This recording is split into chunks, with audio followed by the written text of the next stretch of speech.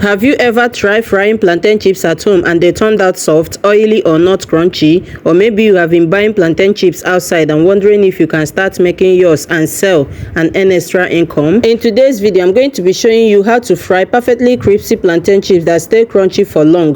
Whether you want to enjoy them at home or start a small business, trust me, once you learn this method, you'll never buy plantain chips outside again. So grab my recipe now. And if this sounds like what you're interested in, kindly like this video, share and subscribe. Give this video a huge thumbs up so that others could see it. Alright, so the first step is washing and peeling your plantains. Because the plantain is unripe, the peel can be hard and gummy. Trust me, this process can even stain your clothes or surfaces, which is why most people don't fancy peeling unripe plantains, especially if it's a lot. So here is the first secret to peeling your unripe plantains. First, chop off the heads and tails of the plantain like I'm doing in this video. Then put them into a bowl or basin or even a sink like I'm using here.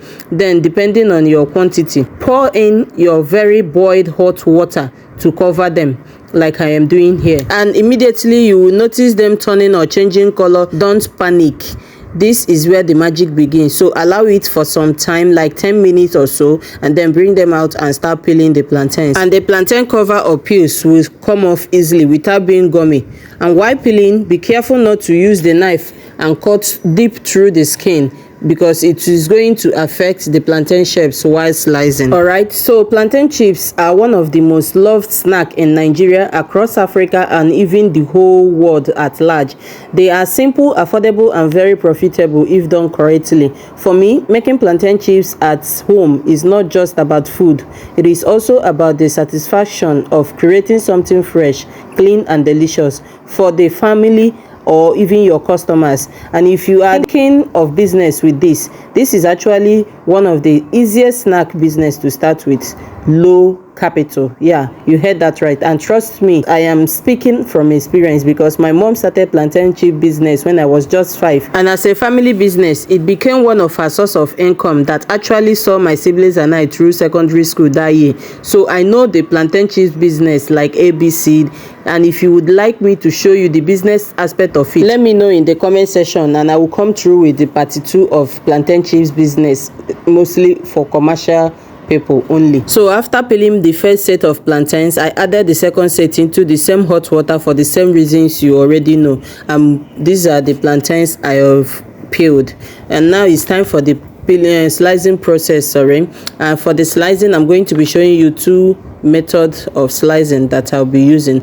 One is the slicing with knife, and the second is slicing with an actual cutter or plantain chip slicer. This particular slicer is very much underrated, trust me. So if you have this in your kitchen, it can really do a lot for you. And no matter your choice of slicer, the thinner your slices, the crunchier your plantain chips will turn out. So always consider that if you don't want your plantain chips to be thick and soggy. So if you are frying for business, it is advisable you use a cutter or grater or a slicer, so that you have a uniform result. By that I mean so that your chip size or shapes will be the same. So some people will prefer to slice directly into their hot oil, but as a pro with experience, I wouldn't suggest that for you, especially if you are frying a large quantity of plantain, because as you are slicing, the flame from the already hot oil will be steaming your hand, and that will be quite hurtful. So after slicing, we'll move over to another important step, which is the frying aspect. So in a pot, or preferably a pan,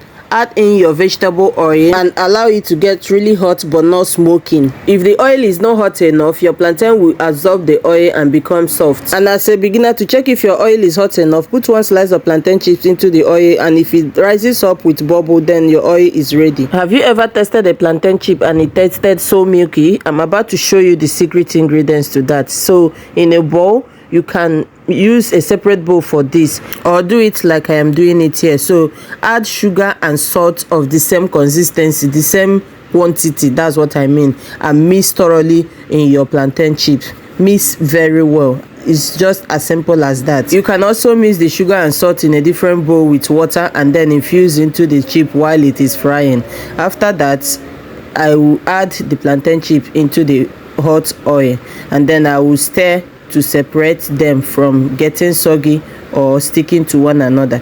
And as I fry, make sure you stir consistently. Make sure you continue stirring to make sure they are separate and frying at the same temperature. This is also good for business production because it will help you in quality control. Also, do not overcrowd your pan, and as you fry, you will notice the color change from pale to golden yellow. You see, once they are golden and crispy, you remove them immediately from the oil so that it doesn't turn brown, else they become bitter. So we scoop them out in a paper towel or strainer to remove excess oil. And so if you're making flavored chips, this is the time to add your spicy mix like paprika, pepper, anything, just as it is hot. Now, after frying this, I'm going to be showing you another method, like the method 2 of slicing your plantain chips, which is the hand and knife pattern. So I will use my knife and slice as flat as possible, and at the same time I'm giving it another shape.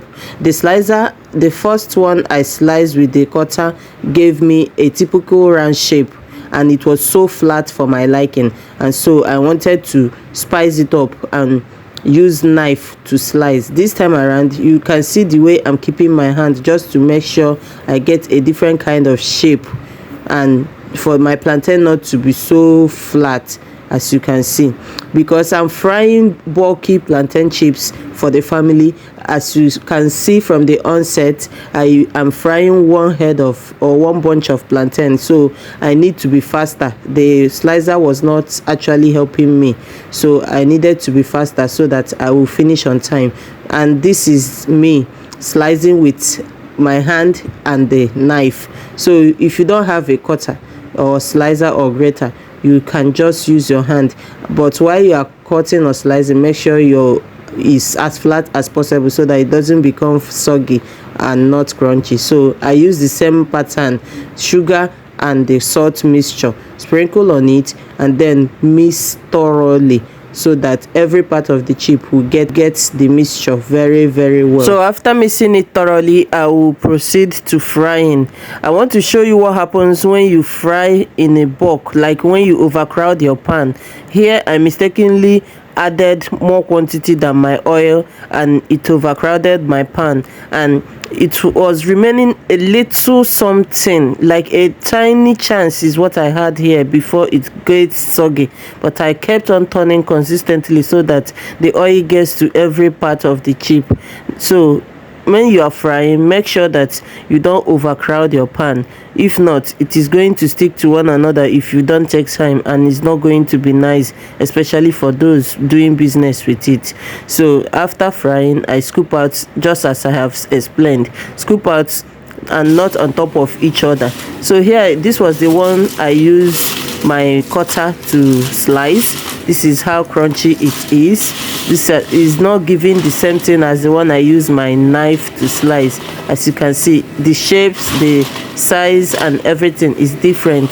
So depending on what shape and what size and what you want to use, you can choose to explore with your plantain chips. Now after frying, allow it to completely cool down. Plantain chips get even more crunchier as they get cool. Now can you hear that sound? That crispiness makes your customers want more, and your homemade crunchy crispy plantain chips even more satisfying. Because honestly, there's this joy that comes with making something by yourself from the scratch. At this point, you can package them in a nylon, branded packs or tight containers. And if you are thinking about business, trust me, with proper hygiene, consistent taste and attractive packaging, you can build loyal customers quickly. Yes, many successful snack businesses actually started from a small home kitchen like this. Whether you are making it for yourself, family or for business, I hope this video inspires you to try it yourself. If it does, please give this video a huge thumbs up, subscribe, like, share and comment for more simple recipes, lifestyle and helpful content. Thank you for watching, and I will see you on my next one. Bye.